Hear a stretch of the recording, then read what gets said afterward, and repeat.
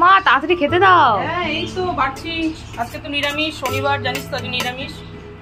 নিরামিষ হলো আজকে তৃপ্তি দাও, দারুণ দারুণ মেনু আছে জানিস তো। দিয়ে দিলাম শশা, সাথে দিয়ে দিলাম মান কচু বাটা।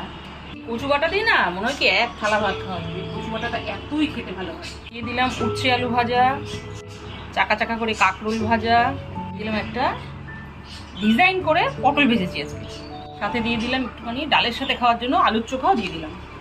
সাথে দিয়ে দিলাম বিউলির ডাল। আজকে বিউলির ডালে কোনো সবজি দিইনি, একদম প্লেন ধনে পাতা দিয়ে বিউলির ডাল করেছি।